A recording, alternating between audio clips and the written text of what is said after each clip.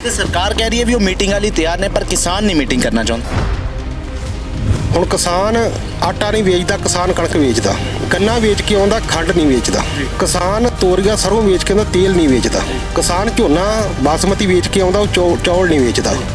ਜਿਹੜਾ ਪਹਿਲਾ ਕਾਨੂੰਨ ਉਹ ਕਹਿੰਦਾ ਤੂੰ ਆਟਾ ਵੇਚ, ਤੂੰ ਚੌਲ ਵੇਚ, ਕੌਣ ਵੇਚੂ? ਉਹ ਮਤਲਬ ਕਿਸਾਨ ਦੇ ਕੋਲੋਂ ਖੇਤੀ ਖੋਹ ਕੇ ਇਹ ਕਾਰਪੋਰੇਟ ਘਰਾਣਿਆਂ ਨੂੰ ਦੇਣਾ ਚਾਹੁੰਦੇ ਆ। ਜਿਹੜਾ ਅੱਜ ਆਟਾ 25 ਰੁਪਏ ਕਿਲੋ ਵਿਕਦਾ, 100 ਰੁਪਏ ਕਿਲੋ ਵਿਕੂਗਾ।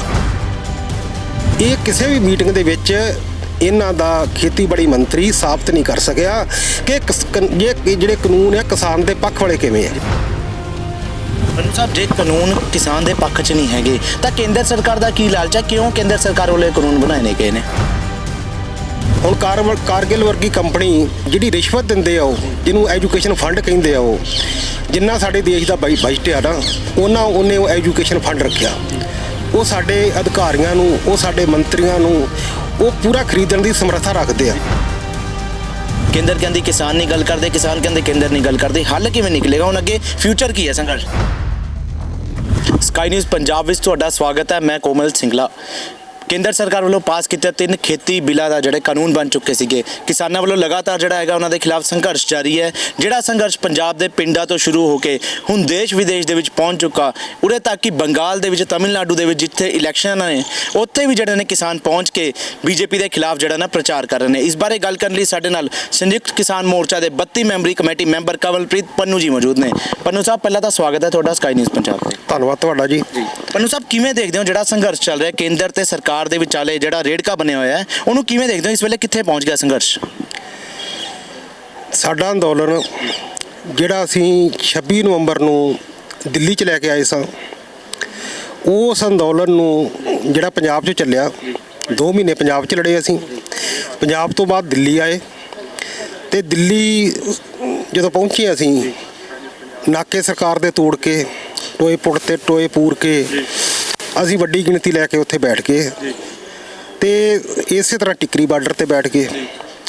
ਬਾਕੀ ਬਾਰਡਰਾਂ ਤੇ ਵੀ ਲੋਕ ਆਏ, ਪਰ ਜਦੋਂ ਜਿਵੇਂ ਦਿਨ ਬੀਤੇ, ਸਰਕਾਰ ਨੇ ਗੱਲਬਾਤ ਚਲਾਈ ਤੇ ਗੱਲਬਾਤ ਦੀਆਂ 11 ਮੀਟਿੰਗਾਂ ਕਰਨ ਤੋਂ ਬਾਅਦ ਸਰਕਾਰ ਫਿਰ ਬੈਗਰ ਲਾ ਕੇ ਪਿਛਾਂਹ ਚਲੇਗੀ।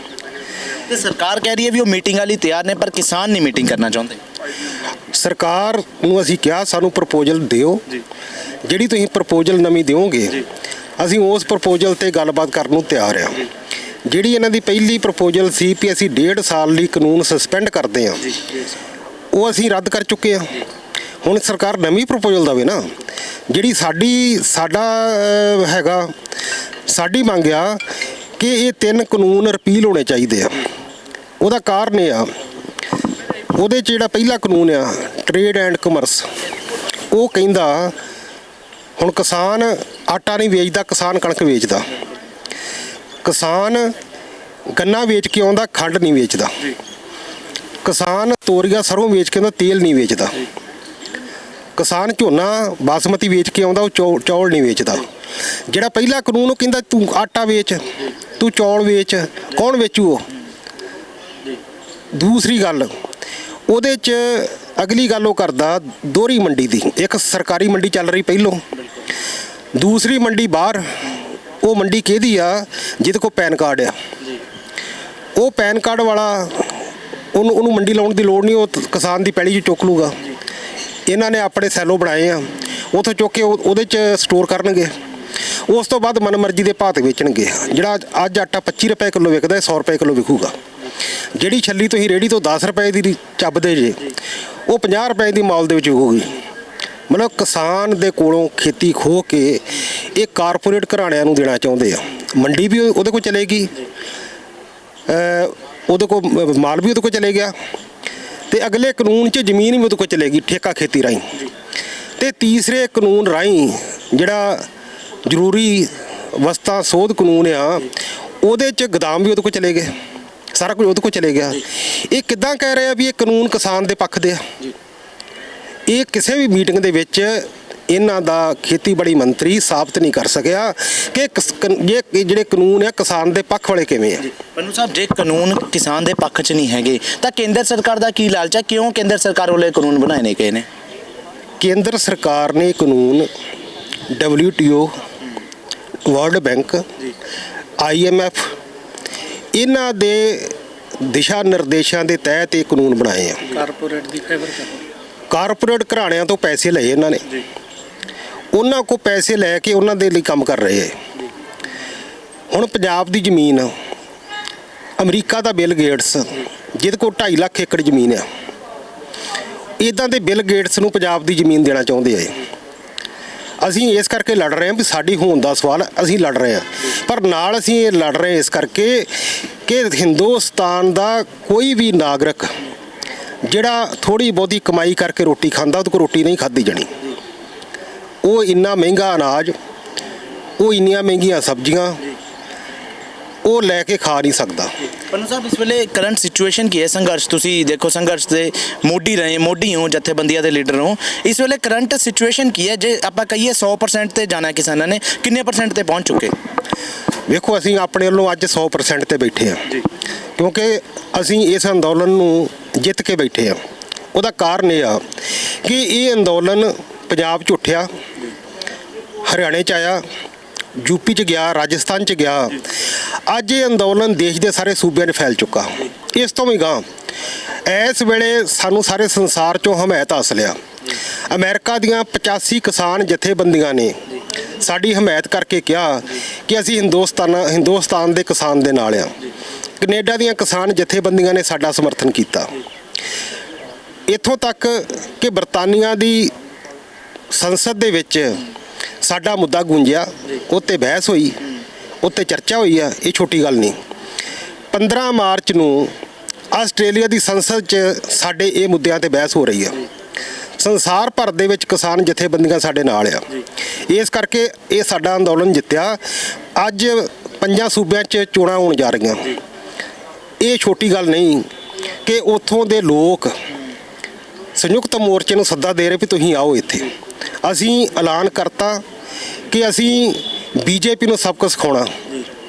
ਅਸੀਂ ਇਹ ਐਲਾਨ ਕਰਤਾ ਕਿ ਲੋਕੋ ਉਸ ਕੈਂਡੀਡੇਟ ਨੂੰ ਵੋਟਾਂ ਪਾ ਦਿਓ ਜਿਹੜਾ BJP ਨੂੰ ਹਰਾ ਸਕਦਾ ਹੋਵੇ। ਪੰਨੂ ਸਾਹਿਬ, ਮੈਂ ਸਾਰੀ ਗੱਲਾਂ ਲੱਗ ਰਹੀਆਂ, ਪੂਰਾ ਦੇਸ਼ ਕਿਸਾਨਾਂ ਦੀ ਹਮਾਇਤ ਕਰ ਰਿਹਾ, ਪਰ ਕੇਂਦਰ ਦੇ ਸਿਰ ਤੇ ਜੂੰ ਕਿਉਂ ਨਹੀਂ ਰੇਂਗ ਰਹੀ?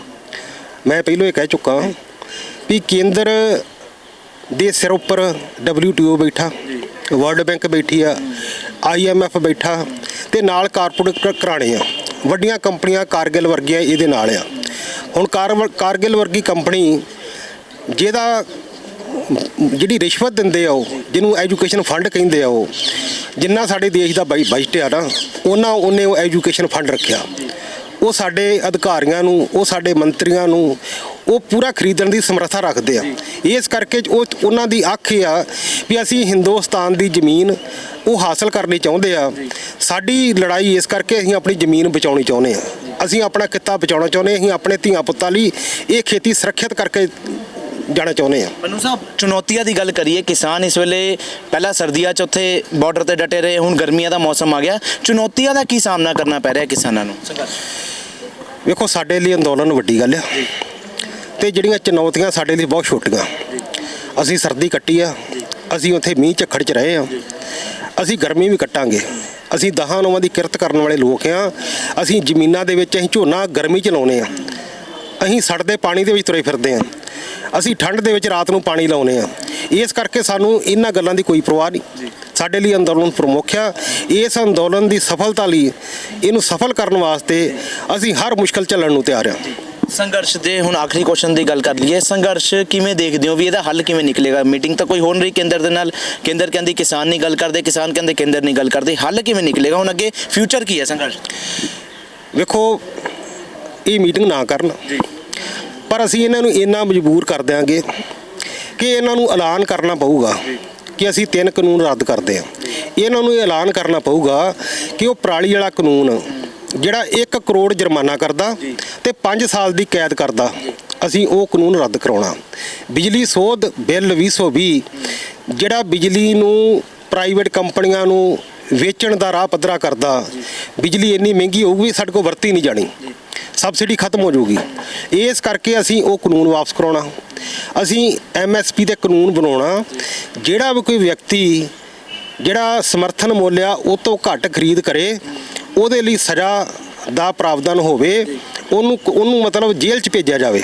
ਇਹ ਮਤਲਬ ਗੱਲਾਂ ਅਸੀਂ ਮਨਾ ਕੇ ਫਿਰ ਮਤਲਬ ਮੁੜਨਾ, ਉਹਨਾਂ ਚਿਰ ਤੱਕ ਅੰਦੋਲਨ ਸਾਡਾ ਜਾਰੀ ਰਹੂਗਾ। ਆਖਰੀ ਸੁਨੇਹਾ ਪੰਨੂ ਸਾਹਿਬ, ਕੇਂਦਰ ਦੀ ਭਾਜਪਾ ਸਰਕਾਰ ਨੂੰ ਕੀ ਸੁਨੇਹਾ ਦਿਓਗੇ?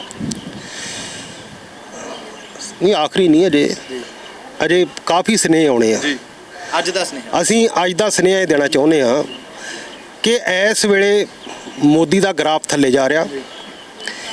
ਇਹ ਅੰਦੋਲਨ ਜਿੰਨੇ ਦਿਨ ਚੱਲੂਗਾ, ਜਿੰਨਾ ਸਮਾਂ ਚੱਲੂਗਾ, ਮੋਦੀ ਦਾ ਗ੍ਰਾਫ ਹੇਠ ਆਊਗਾ।